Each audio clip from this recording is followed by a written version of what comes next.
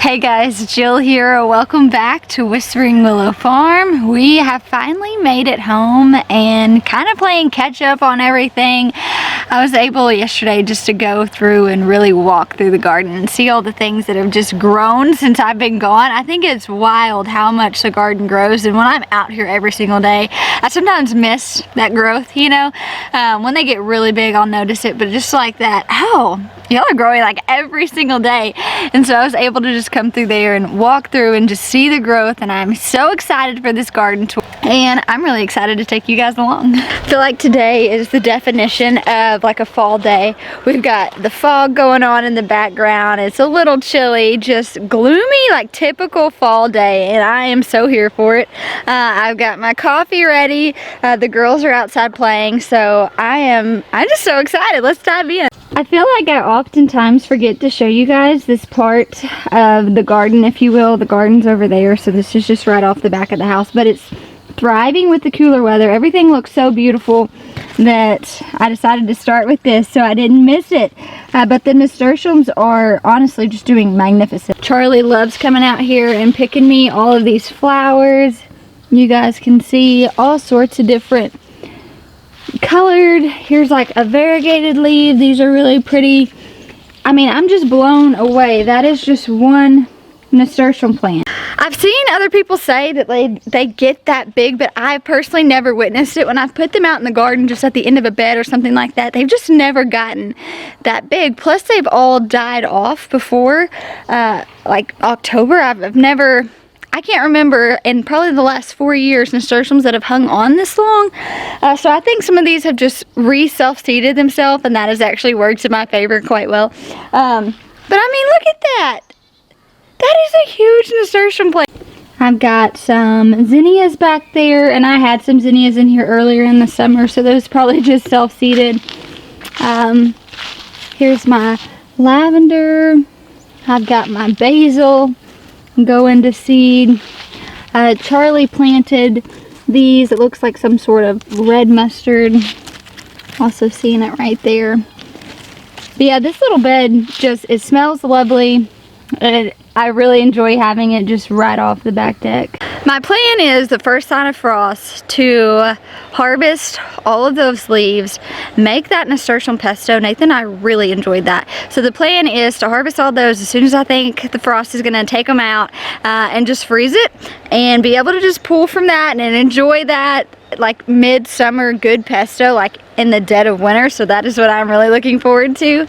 These beautiful zinnias are still beautiful. I mean, I say this I think every week because I truly am so impressed. For me to have just, you know, transplanted them from a bed, thrown them in the end of a center block, for them to just be thriving the way they are really shows me that like zinnias are one of those flowers I want to keep around in the garden year after year. So you all know I've been having these crazy carrot germination issues.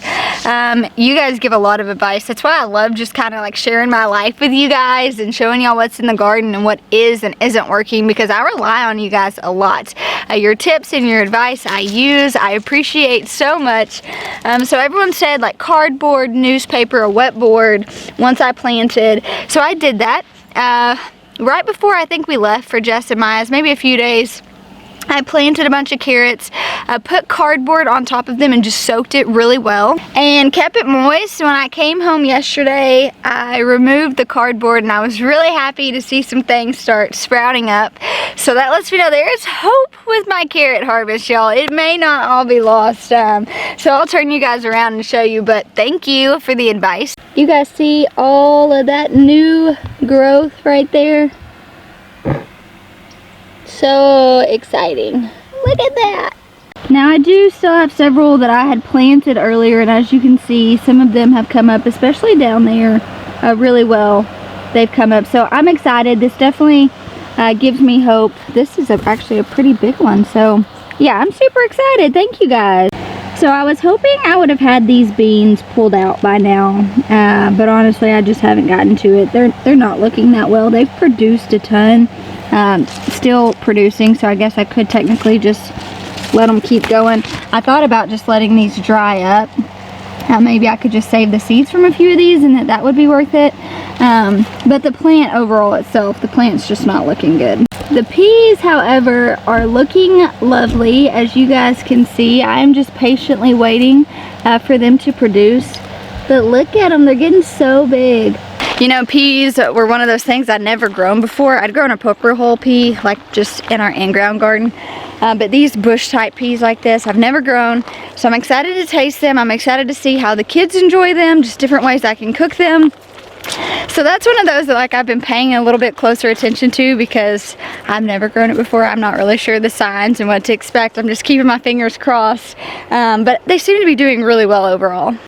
You guys gave me some incredible advice on the citronella plant. I was wanting to overwinter it and keep it. That way I didn't have to buy another next year, which you all told me I could totally do. So the plan is to just trim it up some, put it in probably like a smaller pot, bring it in the house in a sunny window, and everyone is telling me that it will work. So yay, super exciting. Nathan's going to be really pumped because he really enjoys the smell of citronella. He enjoys having them in the garden. He just thinks they're a pretty cool plant. I just saw something and I am so excited. I have been battling grasshoppers awful, and that's why we did the insect netting. They were really coming at my brassicas. Well, obviously my bean trellises, I have no way to cover those up. So it's kind of like a hope and a prayer. Don't get my beloved beans. And they haven't. They've actually stayed away. And so I don't know. I don't know if it's me just coming through the garden and being like, listen, grasshoppers, you better not mess with my beans or what. But these trellises, look at that. Isn't it so pretty? I love, this is my favorite thing about the garden, is trellises. I love walking through. I love feeling something. I love aesthetically how pleasing it is to me. And I saw my first beans, so I'm gonna show you guys. Look at that baby. How sweet is that? Oh my gosh. Oh, look, here's more. Oh, yes. So, yeah, as you guys can see, we've kind of got them everywhere. I have lots of different varieties. Here's lots of blooms coming on. These are all pole beans, runner beans. Look how that has just trellised so perfectly. I love that they just do that. When I think about plants and things that are just fascinating to me, like, oh, a plant just knows how to do that. I think about the runner beans, how they just know, you know, naturally they trellis up so well. They add so much beauty to a garden at a very inexpensive rate. Like these cattle panels are about $20 a piece. You could use a hog panel if you had to, which is cheaper. But when I think about what adds beauty to my garden, what makes me excited, a bean trellis will do it all day long. Y'all know I mentioned several times, grow things that spark joy. And there's lots of reasons for that. One, I truly just enjoy growing food. It is a passion of mine. I love being able to grow food for my family. I love being able to provide food to our local community. Those are things that I truly feel like called to do. But during the summer, you have long days. Y'all know if you grow a garden, you know that it is work. It is tedious work. It is your time and attention that goes into it. But I think whenever you can just sneak things into your garden that spark joy, that when you walk by, it rejuvenates you, it reminds you, it like lights that fire almost, like, oh, this is why I grow food. And for me, these bean tunnels do that. Beans have always been really relatively easy for me. Like I mentioned, they are beautiful. They are a stunning piece just to add into your garden. And right now, when I've replanted my carrots so many times and I'm like, oh my gosh, what is wrong? I walk through these bean trellises and I think about the victories. I think about how beautiful. I'm reminded why I garden and why I grow food and just how beautiful and fun that can be. So I encourage you, grow something in your garden that when you walk by, even though you may be laboring in love on your tomatoes or your root vegetables you've had to sow several times, it just kind of sparks joy and reminds you why you were doing this in the first place. Most of my collard greens are taking a really long time. So I did plant these from seeds and they have come up, but they're just still, they're taking a bit longer. This one I had transplanted and the grasshoppers never took it out, so it is obviously quite a bit bigger. But all of these are the collard greens. They're coming along. just a bit longer, honestly, than I expected them to.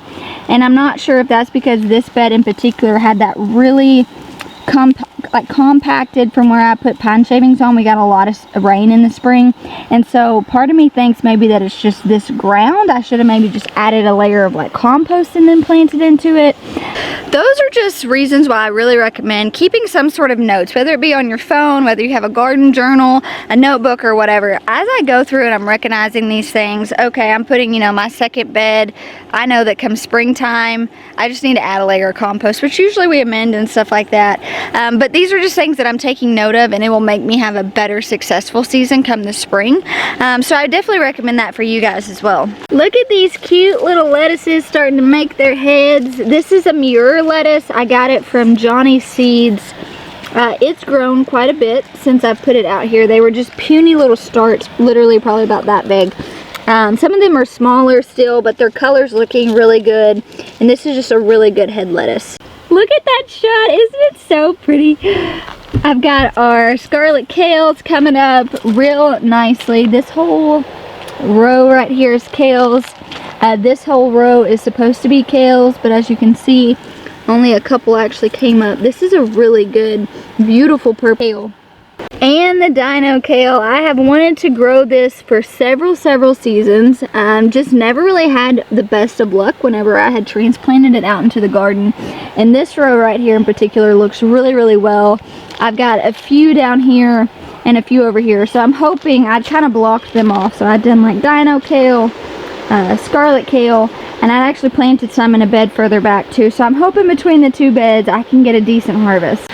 I enjoy growing a lot of kale because we use a lot of kale. I actually freeze a lot of it and use it in my smoothies, and when I juice, it does become a bit mushy, like the texture changes, but for me, like juicing it, I don't really notice a difference.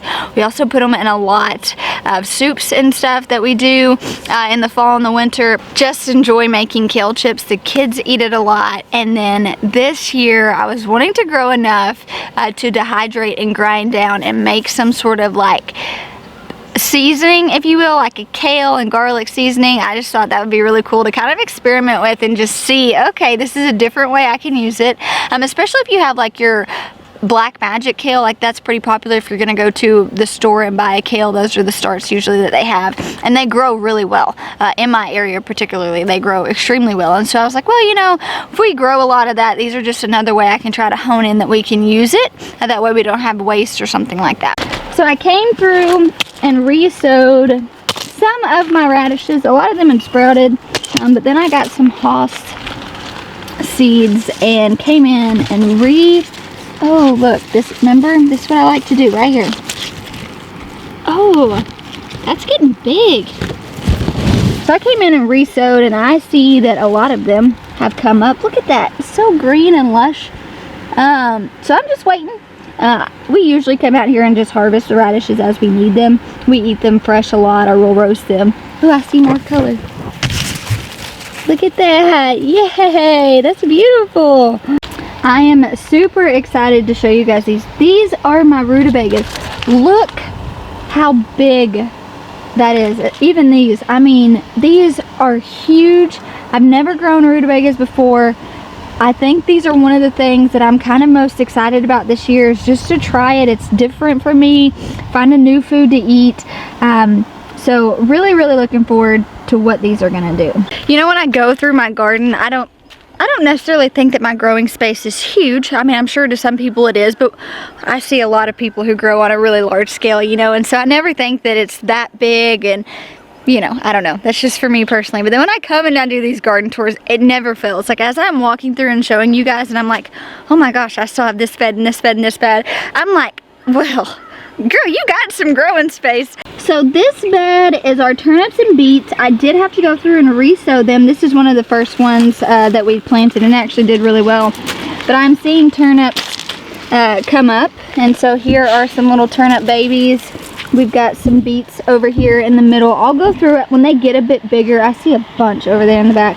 As they get bigger, I'll come through and thin them out. Like these will have to be thin, but I'm just gonna wait. And when I do that, I don't want to pull them up because they're so close together. So I'm literally just gonna take my finger and pinch it off at the soil line like just pinch right there. And then that root system will die and it'll just allow it to focus on this one. My goal for today is to come through and take all of the insect netting off. So I'm actually going to take it off before I show you the big brassicas and just weed really well. It'll actually give me a really good opportunity to just see like what is sprouting, re-sow if I need to. I'm in zone 7B, so I am actually probably still okay if I wanted to grow some things, some shorter season things, but we're probably not going to have frost here until like well into November. We just have a really long growing season. One reason why I really enjoy living in Arkansas. So that'll just give me a really good idea to lay eyes on everything. Okay, what is just a weed? What actually is coming up? And kind of evaluate where I am and what I need to replant. Here is our last bean trellis. This one is just beautiful, honestly. It's not all the way full, but in the summertime I have got trellises all the way down, and so this entire thing is just full of Chinese noodle beans and different colored, you know, beans. I think I did purple potted beans and scarlet runner beans, and they were just absolutely breathtaking. I loved it, and it has proven to be quite beautiful in the fall time too. Down here I have got all of my Haas Tools radishes, different varieties. There was a white icicle, a yellow. Oh, I see one. Yeah, look at that. Oh, so beautiful. These have grown so quickly, y'all. Look at that. Yes. Should I harvest that? That's the question. It's practically like coming out. I'm gonna leave it. I'll let Charlie come and harvest it. I had to go through and re-sow, and as you can see, they're already coming up. These things are wild. You know, for someone who had struggled with seeds not germinating, I'd had like my carrot seeds though, my beet seeds for several years now. So I do think it was just old seeds. Germination rates go down after time. I do think that's part of my problem. But after seeing these, and just how well they came up. One, the radishes are super quick, easy crops. You know, it's like a 23-day seed to harvest. So that is why I'm seeing the results. But these things sprouted in 2 days, and that was magnificent. So I think moving forward next year, I'm going to be supporting Haas Tools a bit more, buying some more of their seeds. There's a link below if you guys want to check them out. What do you recommend? If you bought something from them that you really like, please tell me. This is my first year growing Haas Tool seeds, and I'll tell you right now, I am a customer for life. I am like very, very impressed. Check that out. All of them just coming out of the ground. Wow, that's beautiful. Hey girls, what are you doing? Well, hello, I see you. Come see Mama. What are you doing, June? Hi. What is something you want to show people in the garden? What's your favorite thing that's growing? Cucumbers and pumpkins. Okay, well Mommy doesn't have any cucumbers growing, but I have pumpkins. You want to show them to us? Okay. So fail, I grew pumpkins the wrong time of year. Didn't quite realize that. It's already sprouted. One sprouted? One eating Look, it. hey, actually I saw something really cool. Come here, Charlie. What? Alright, look right here. What is that? Do you see that in there? Do you know what that is? It's a baby pumpkin. A baby pumpkin? Look, you see it right there? Oh, Mom, you better be careful. That's a daddy long leg. Oh, there's a daddy long leg. Gotta watch out for those. So Charlie really wanted pumpkins this year, and I was like, yes, I can do it. I can grow things. So I planted the pumpkins, and Nathan was like, honey, you're supposed to plant those in the summer to harvest in the fall. But Charlie's excited about them, so we're just going to let them go. We're going to see what happens. So we can eat pumpkin seeds. So you can eat pumpkin seeds? Yeah, pumpkin seeds are yummy. They are, and we can decorate the pumpkins. You want to do that too? Yeah. We should make a jack-o'-lantern before Halloween. Well, they're not going to be ready before Halloween. June. So my goal was to have them trellising, and it was going to be a beautiful thing. They're actually trellising quite nicely, but yeah, I just was so off on my seasons on when to grow. But I did see these the other day, and that was pretty cool. I had started, it was like this really petite white pumpkin from Johnny's Seeds. So whether or not these will survive and we will actually harvest pumpkins, I don't know. But I do know that I learned something through that. I learned that next year I will start them and put them out in my summer garden. So for me, it was a learning experience. I always appreciate those. And it was just kind of a fun thing to do. The Greenstalk over here, we're having a hard time, and I think it's because I'm watering it. I don't know. It's just, any advice, let me know. I've got some bunching onions, some cilantro, some kale. Like, I've got lots of things in there, but these have been planted in there for quite a while, and they just are not growing. What I was expecting them to grow, like, as fast, and the soil, like, I don't know, the soil's moist, so I don't know. Anyone who grows in these, I would love some suggestions on if I'm doing something wrong. You know, my goal for this in the summer is maybe doing some herbs. I'd like to get another one and do like strawberries. I've seen strawberries do really well in the Greenstalk. I think for me with this, it could just be like a user's error. It's different. I've never grown anything like it. I love how versatile it is. I love the possibilities. I love that I can move it. So that's a good thing. I've just got to figure out how to properly grow it at first. So this is my hodgepodge bed, which has become overtaken with these like grass seeds.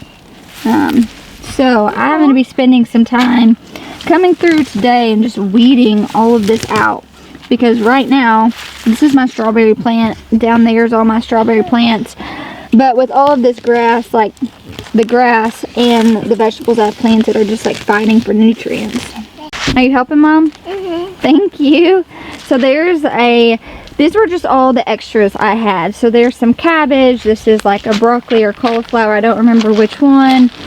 We've got an extra kohlrabi thrown in here. I've got some rutabagas tucked in here. So we'll see. I'm hoping if I can keep it weeded, then they'll thrive. So far, they've grown really well since being in here. So when I had come home after being gone all weekend, this was one of those beds I came to. Come here. And I was just like, oh my gosh, these grew so much while I was gone. I don't have insect netting on this bed. I even thought about, after I'd planted and had the grasshopper issue so bad, well, maybe I'll just use this as like a trap bed and try to just lure the grasshoppers over here to leave all my brassicas alone. Grasshoppers haven't touched this bed. It is beautiful. I'm going to be harvesting from it tonight for dinner, so I'm really, really excited. So these are all my cut and come again lettuces. There are all sorts of different varieties. There's stir-fry varieties. There's like a rocky top blend. As you can see, just all of these different textures and colors. They've grown so much. My sister-in-law actually helped me plant this bed whenever she was here a few weeks ago, but I don't know. I'm loving all the different textures. They're absolutely beautiful. And the beauty about these is I can just harvest from them. So I can just harvest the outer leaves, and they're just gonna just keep producing and keep growing, and I love that. If you are new to gardening and maybe you want to garden and you've never gardened before and you're thinking about different varieties to add in, I really encourage you to go with some baby greens, some lettuces. They're super easy. The cut and come agains, it's like you plant them, you cut, they regrow. Like arugula is a cut and come again. They're just super versatile, and they're really, really forgiving. And so for me, when I was first starting out, it was kind of intimidating growing like brassicas and things like that. They was kind of foreign to me. I didn't really know a lot about them. They seemed like a lot of work. And so when you're just starting out, I recommend doing things like radishes, root vegetables that are really easy, some lettuces, some cut and come again things that just thrive. And they're really forgiving as you're learning. And so I think that that's really important, is figure out what's going to cater to you and where you are in your growing stage. That way you can be encouraged by that. And then as the years go on, you can add in some of those that maybe require a bit more time and attention. I have been waiting for quite some time to give you guys a legitimate view of my kohlrabi. First time growing kohlrabi. So excited. I am like crazy impressed with this plant. I get really excited, and I haven't been able to just show you guys like a really good view. I had ants in this bed really bad, so I got like tore up by ants one day when I was trying to show y'all, but I finally got the insect netting lifted up. Bulbs are starting to form. They look like actual kohlrabi, and I'm so excited. All right, are you ready? Look at that. I grew that, you guys. Look how awesome. They are actually like looking like kohlrabi. forming. They look beautiful.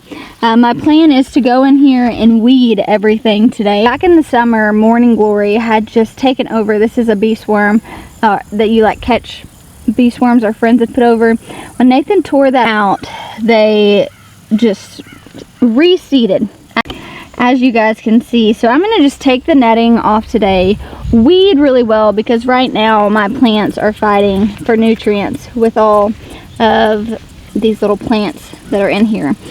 So the fact that they're still growing despite having to share their space with something else, I'm really impressed. But I do think once I weed it all that they're really going to start to thrive. I'm so stinking excited, y'all. Nathan has wanted me to grow kohlrabi for him for quite some time. Our friends do ferments, and so they made this fermented kohlrabi and brought it over this summer, and it was so good. We like kohlrabi soup. It's like a potato soup. It's just one of those things, like, I've always wanted to grow it, been slightly intimidated by it, if I'm being honest. So seeing it growing and seeing it do so well, oh my gosh, makes me... I'm so thrilled. I'm also really excited to show you guys this bed because it's one of those beds that have grown a lot since we've been gone. These Chinese cabbages in particular, you can't even see through here, but I'm about to take this off and show you. They're huge. They have literally probably tripled in size since we've left. All right, check these bad boys out. I mean, there's my hand, if that gives you any idea of truly how big these are. These are the Chinese cabbage. Now, as you can see, this is where the grasshoppers are coming in and demolishing things. I've got this little small one that's a bit behind. Overall, though, I think we can keep the grasshoppers off of these. I mean, they will be ready way before the other ones for sure. Down here are some of my purple cabbages that I grew. I don't even remember the name of them now. They haven't done near as well as the Chinese or the Tiara, but the few that I do have hanging on, I'm hoping that they will do well. So I just have these 3 right here. And then the rest are all of my Tiara Cabbages from Johnny Seeds. These are like these 3 or 4 pound little petite cabbages, if you will. I've been insanely impressed at just how well they've grown. I transplanted these things out when they were about that big. I honestly didn't even know if they were going to survive, but they have. They're thriving. We don't have near the pest damage on these as I do the other ones. Matter of fact, that was probably like the only one I've seen, but they look great. I'm really impressed. I love growing brassicas. I thoroughly enjoy growing like cabbages and stuff like that. I think it's really cool to be able to come out here and like watch the heads start to form. Just that whole process and how it works is really fascinating to me. It's really beautiful to me, and so I find myself like every day walking out here like, oh, you're looking more like a cabbage today, and I don't know, I just really like it. Nathan and I eat a lot of kimchi. Like every single day we eat kimchi. So my goal is with all of these cabbages is to be able to make my own kimchi. I've never made it. I've never actually even made sauerkraut. So that is the vision behind all of these cabbages and my carrots and all the things. It's just to be able to make my own. And it's like one of those personal goals. Like I've never done it. I just want to see how that process is, knowing that like I started it from seed, I planted it out in the ground, and then I get to make it into something that we eat every single day. For me, that's why I do this. Like I enjoy being able to make things from the garden. I enjoy being able to sell restaurants, and then they make beautiful things to feed our community. For me, that's kind of like the big picture. You know, we want to change the way our food is grown, and we want to introduce people to new foods. I know a lot of people have never even tried kimchi. It's really good. It's really good for you. And so that was kind of just our vision with all of these cabbages. So the entire middle row, which I can't really get to, is just our different cauliflowers. We've got purple cauliflower, we've got just your normal white cauliflower, and then this end row, the entire thing, is the green magic broccoli. They are doing really well. These have just been growing every single day. I think they grow more and more, and some of these I'd even planted a bit later, and they're all popping up so well. I mean, look at that leaf.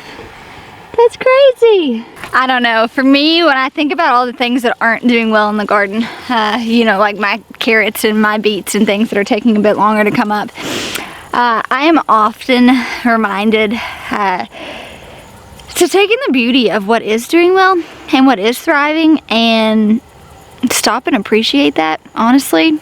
I feel like times we can get so caught up in what's not going our way that we lose sight of what is going our way and the beauty and the blessings that are surrounding us in the day-to-day.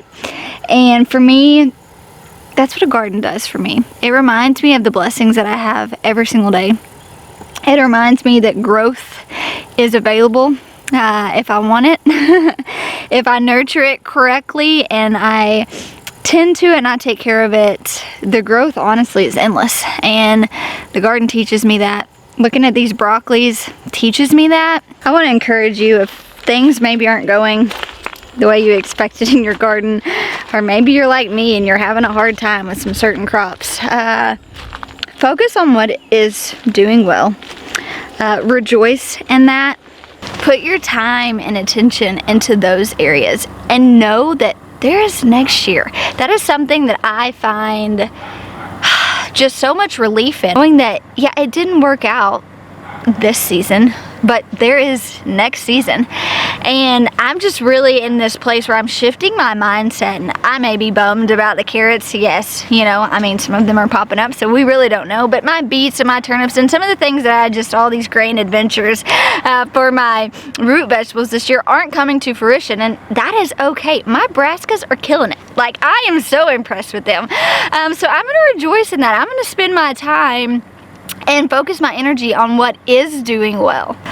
I think that can also be applied to me personally. I think a lot of times we have the tendency of maybe getting caught up in our flaws and what we don't do well, that we forget to rejoice in what we are doing well in. Like, are we loving well?